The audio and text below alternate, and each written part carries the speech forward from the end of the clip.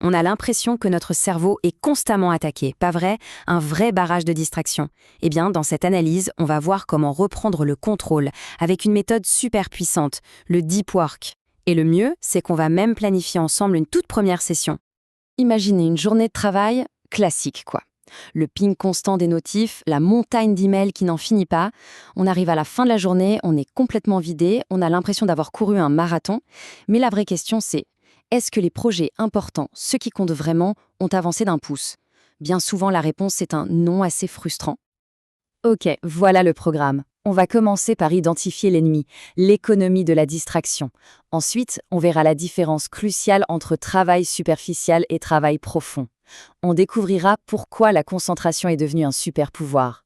Puis, on passera au concret, un plan de bataille en 5 étapes, et on finira par voir comment entraîner ce fameux muscle de la concentration.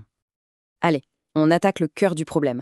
Faut bien comprendre qu'on vit dans ce que l'auteur Cal Newport appelle l'économie de la distraction.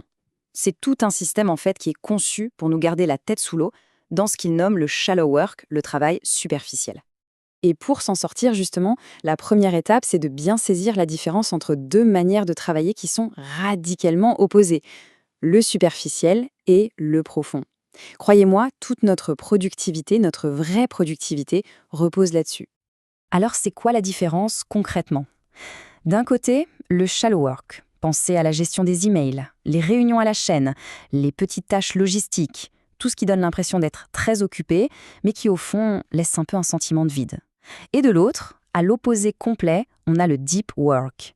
Là, c'est l'état de flow, de concentration totale, sans aucune distraction, sur une tâche qui demande vraiment de la réflexion.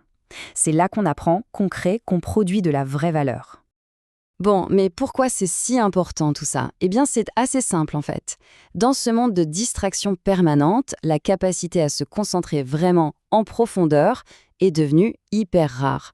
Et comme tout ce qui est rare, eh bien, c'est précieux. C'est ça le fameux super pouvoir d'aujourd'hui. D'ailleurs, il y a une formule toute simple mais super parlante pour ça. La qualité de ce qu'on produit, c'est égal au temps qu'on y passe, multiplié par l'intensité de notre concentration. Le truc, c'est que la plupart des gens se focalisent sur la première partie, le temps. Mais la variable qui fait toute la différence, le vrai levier, c'est l'intensité. Et quand on arrive à maîtriser ce travail en profondeur, on débloque deux avantages absolument énormes. Le premier, on apprend à une vitesse folle. Forcément, en s'immergeant complètement dans un sujet, ça rentre beaucoup plus vite. Et le deuxième avantage, c'est qu'on produit un travail d'une qualité bien supérieure, vraiment exceptionnelle. Ok, assez de théorie. Maintenant qu'on a bien posé les bases, on passe à la pratique. On va voir ensemble un plan de bataille très concret, un vrai kit de démarrage en 5 étapes pour planifier sa toute première session de deep work et la réussir. Alors, ces 5 étapes, quelles sont-elles? C'est simple. D'abord, choisir sa mission. Ensuite, définir le cadre. Troisième point, construire son bunker. Puis, préparer ses outils. Et enfin, définir les règles d'exécution. Allez, on regarde ça en détail. Étape numéro 1, choisir sa mission. Et là, le mot d'ordre, c'est la clarté. C'est sans doute l'étape la plus importante. Il faut un objectif, un seul, mais défini avec une précision quasi chirurgicale. Regardez cet exemple, c'est très clair. Une mauvaise mission, ce serait de se dire « Ok, je vais travailler sur mon article de blog ». C'est beaucoup trop vague, ça ne mène nulle part. Une bonne mission, par contre, ce serait rédiger les 500 premiers mots de l'article sur le deep work et y citer 3 études clés. Là, c'est précis, c'est mesurable, il n'y a aucune place au doute.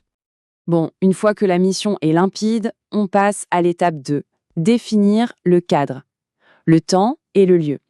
Et l'idée, elle est toute simple. Il faut traiter ce rendez-vous avec soi-même aussi sérieusement qu'un rendez-vous avec son client le plus important. On ne l'annule pas à la dernière minute, quoi. Pour commencer, 90 minutes, c'est un bon objectif. C'est le format idéal, assez long pour vraiment se plonger dans le travail, mais assez court pour que ça ne paraisse pas une montagne insurmontable. Donc on bloque ce créneau dans son agenda et on choisit un endroit, un vrai sanctuaire, un bureau porte fermée, une bibliothèque, bref, un lieu où on est sûr à 100% de ne pas être dérangé. On arrive à l'étape 3 et c'est le nerf de la guerre, construire son bunker. Franchement, c'est peut-être l'étape la plus dure, mais c'est simple. Si on la rate, tout le reste tombe à l'eau. C'est absolument essentiel. Et je veux être très clair là-dessus. Ce n'est pas juste une petite suggestion, c'est la condition sine qua non. C'est complètement non négociable. Il n'y a pas de oui, mais. Alors concrètement, on fait comment pour construire ce bunker numérique? C'est simple. On ferme le logiciel de messagerie, on ferme tous les onglets du navigateur qui ne sont pas essentiels à la mission, on met son téléphone en mode avion et surtout, le plus important, on le met physiquement dans une autre pièce, loin des yeux. Ce n'est pas pour rien, des études ont montré que le simple fait d'avoir son téléphone dans son champ de vision, même éteint, ça bouffe une partie de nos capacités cognitives. Quatrième étape, préparer ses outils.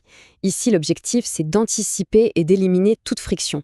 En gros, il faut se priver de la moindre excuse qui pourrait nous pousser à interrompre notre session et briser la concentration. Ça veut dire qu'avant de lancer le chrono, on s'assure d'avoir absolument tout sous la main. Un verre d'eau, un café ou un thé, les livres, les documents, tout ce dont on pourrait avoir besoin. Le but est ultra simple. Pendant 90 minutes, on n'a aucune, mais alors aucune raison de se lever de sa chaise. Et on arrive à la cinquième et dernière étape de la préparation, définir ses propres règles du jeu. L'idée, c'est de se fixer un petit code de conduite avant de commencer pour ne pas avoir à prendre de décision en cours de route. Parce que chaque petite décision est une distraction potentielle. Par exemple, une règle pourrait être « Pendant ces 90 minutes, je ne fais que rédiger. Interdiction d'éditer ou de corriger les phrases, ça sera pour plus tard. » Ou une autre, j'ai le droit d'aller sur Internet, mais uniquement pour trouver une date ou une statistique précise. Une fois que je l'ai, je ferme l'onglet direct. Ce genre de règles, ça agit comme des garde-fous pour notre concentration. Voilà, le plan de bataille est posé. Mais avant de se lancer, il y a une dernière chose très importante à comprendre. La première session de Deep Work, ce n'est qu'un début. Pensez-y comme un entraînement. Parce que oui, la concentration, c'est une compétence et ça s'entraîne. Cette image du muscle est vraiment parfaite pour ça. Notre capacité de concentration, c'est un muscle. Et soyons honnêtes, pour beaucoup d'entre nous, il est un peu atrophié après des années de notifications et de multitâches. Mais la bonne nouvelle, c'est qu'il peut se rééduquer, petit à petit, session après session. Alors oui, la première tentative sera sans doute difficile. Le cerveau va protester, il va chercher la distraction. Et c'est 100% normal.